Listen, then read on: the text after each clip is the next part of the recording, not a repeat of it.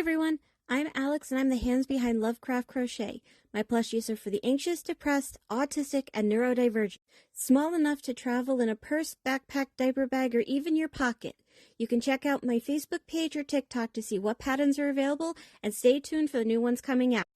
I also make hats, scarves, blankets, and dice bags for the tabletop gamer or dice goblin in your life. Feel free to order through the page, TikTok DMs, or via email at love.craft.crochet@gmail.com.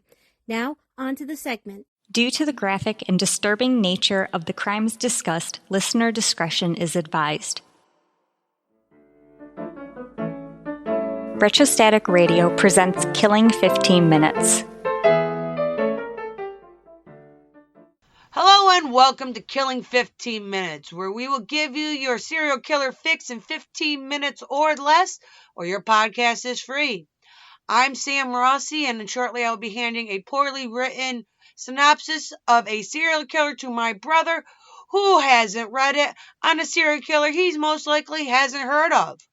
This should be fun. Good luck, bro. Thanks, Sam. And by the way, if you hear our mascot Frankie's panting, I'm sorry. Ann Brittland was the first woman to be executed by hanging at Strangeways Prison in Manchester, England, I assume, for 3 murders.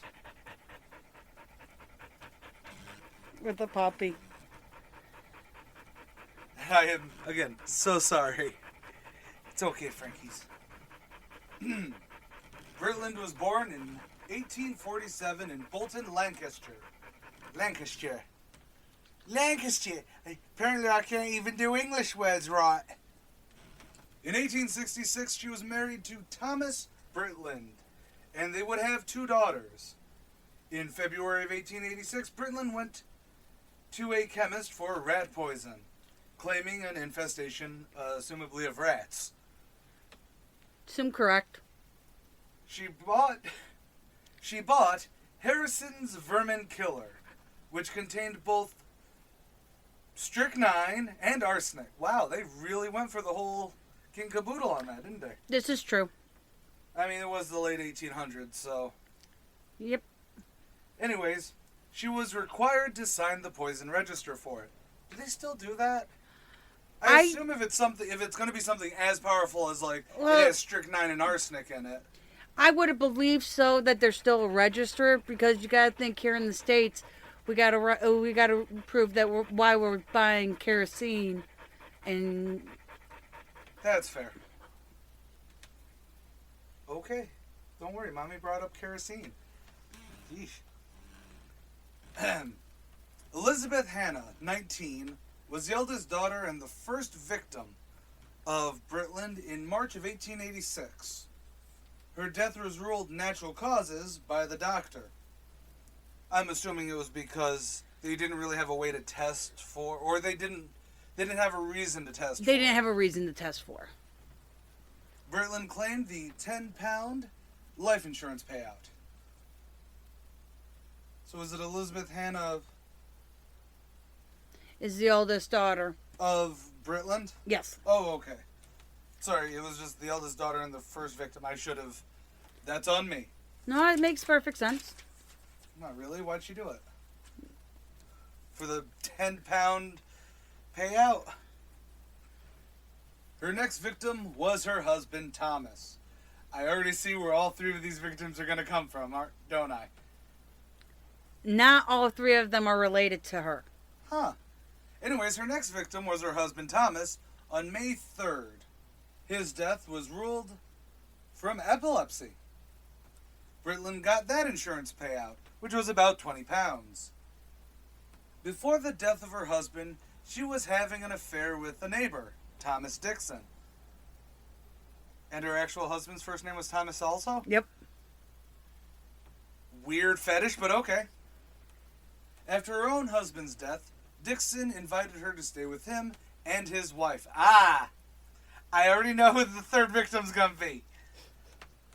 On May 14th, Mary Dixon became the third victim of Brittland's. So,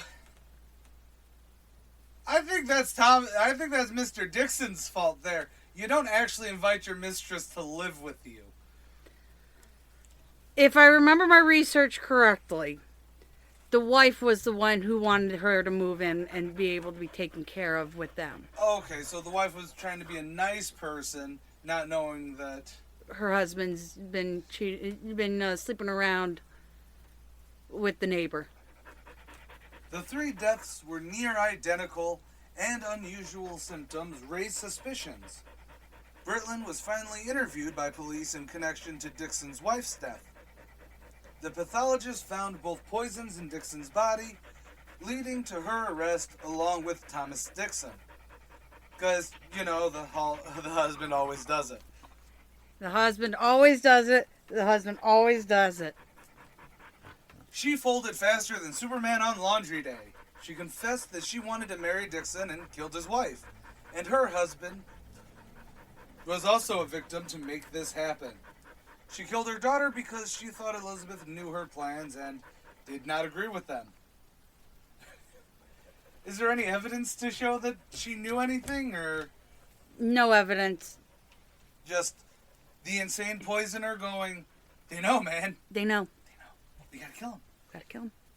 And then you just got a little box of rat poison going, yes, kill them. It's a very Saturday morning cartoon plot. Not really. Anyways, Britland was charged with all 3 murders. Thomas Dixon, however, was found to have nothing to do with his wife's death. Outside of, again, banging a crazy person. But we've all been there. Been there, done that. Mine didn't lead to murder, though. No. Her murder trial started July 22nd, 1886, and took a jury some time before finding her guilty. August 9th, 1886, she needed 3 people to hold her up for her walk to the gallows, where she was then met with a short trip down a short bit of rope. Yep. And that is that case. So, what would we like to discuss about this? I thought you would enjoy the fact that, you know, she poisoned? not that she poisoned. Not only did she poison her husband, but she poisoned her lover's wife. And then you got, you know, she poisoned her eldest child because... Well, she poisoned her eldest child first. This is true. She poisoned her eldest child because supposedly she knew what was going on. At least knew about the affair and everything. Well, I mean, it's very possible to, you know, find out about the affair and then she went kind of... Because this is not a rational person's brain. This is true. And I think that's something, even when we cover a lot of weird shit. You know, I may have had a giant meltdown over the Brutus absurdity. You know, the shoe gremlin. That absurdity. Or even the Gilles de Rais. Who wasn't me going insane, but it's a matter of, you know, he tried to summon a demon, at least according to popular belief. Yeah. You know. Or even when we look into people like Curtin. Or Curtin. Whatever the German dude's name was. Or, you know what I mean? We look at all these people. Murder is not rational. And I realize it's something we may have never actually brought up in the past 30 episodes or however many we have. Is that, like, even the most rational one I think we did, as stupid as this is, was he got angry, shot his first wife. 5 years later, or however long later, he got angry, shot his second wife. Or not second wife, but... He stabbed the second wife, shot the first one, and then shot the lady at the apartment. At the apartment. Yeah. Eugene Barrett. And the thing is that, and that's something, again, that a lot of people don't really talk about when it comes to this. I mean, they always bring up, well, they're not mentally healthy. But to them, their brain, it is rational. Her daughter clearly knew that she was going to kill her husband and her lover's wife, so naturally we have to kill the daughter so we can kill the other people. That makes sense in a stupid brain way. Totally makes sense. You know? I totally get Just it. like Jackass a few episode or several episodes ago, or however many, whatever. We batch record these, so I don't know what anything is anymore. You know, where it's, well, this is the 15th time me and my buddy have driven a random girl out to the woods. You know what I'm gonna do? Go for a fucking walk. We don't believe you at that stage. At one point, there comes a time where it stops being a rational decision, and you're going into, come on, bruh. Come on. That would be the episode before this. Oh, okay. Because it's always why I like things like Mindhunters, or even Hannibal does it very well, where it is the insanity. A normal person going, well, I wouldn't poison my child. What the hell? Yes, because you're normal. And that's where a lot of people have this really interesting discussion. We're not going to really get into it now, because we have more crazy people to talk about today. But a lot of people will go, I don't understand that. When it's not so much that you don't understand it, it's... Your brain can't wrap around it. You have a train of logic, even if sometimes, like, my ADHD goes fucking insane. But it starts with a single train, Exactly. and it just goes on its own little... Here's the normie train. And even if you are neurodivergent, even your, air quote, normal, neurodivergent, spicy brain, as it were, may still never understand the insane side of things. True. But the insane train is on the same path as the normie train. It's just like 3 tracks over. It's actually a Greyhound bus. It's not even a train. I don't know where that was going, but the point is that it's like, this is actually a quaint murder. This is a murder she wrote murder. This is a comfy murder that Doc Martin's gonna solve. Not Doc Martin. What's the British doctor? Casey watches the show all the damn time. It's like it's not Midsummer Murders, but it's one of those. Britain has cornered the market on comfy murder, and I don't like it. They talk so nicely. You know what I mean? It's like, yes, everyone in this seaside village is either a murderer or a murderee. Let's decide. Apparently, it's also Fire Island. Anyways, but I like the quaintness of this, and this is actually probably one of the few that we've covered or will cover, where you can almost see the rationale behind it. It's still stupid, as all random murder. I didn't want to say random, but all murder is stupid. There's varying degrees of it, like a crime of passion. It is still stupid, but it's stupid in a momentary thing versus hers, which was a long form. Also, if you're going to murder someone, whatever you're going to do, don't write your name. If you're going to poison someone, find different means to get that poison. If you're going to shoot someone, don't use a registered handgun that's under your name. Hey, I just bought this very specific fucking knife that no one else in the Tri-County area has. Guess what? Don't Amazon Prime that shit. Paper trails, man.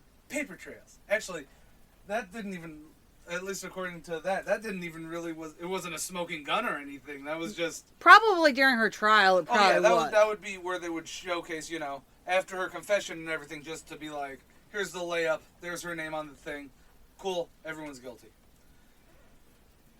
Because that's how the legal system kind of should be, even when it sucks.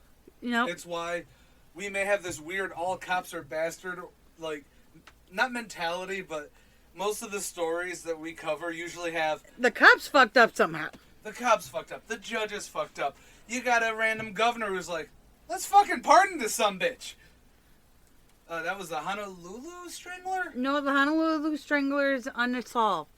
Eugene Barrett. Oh, okay, it was the Barrett. only serial killer in Hawaii. But he was the one that the governor was like...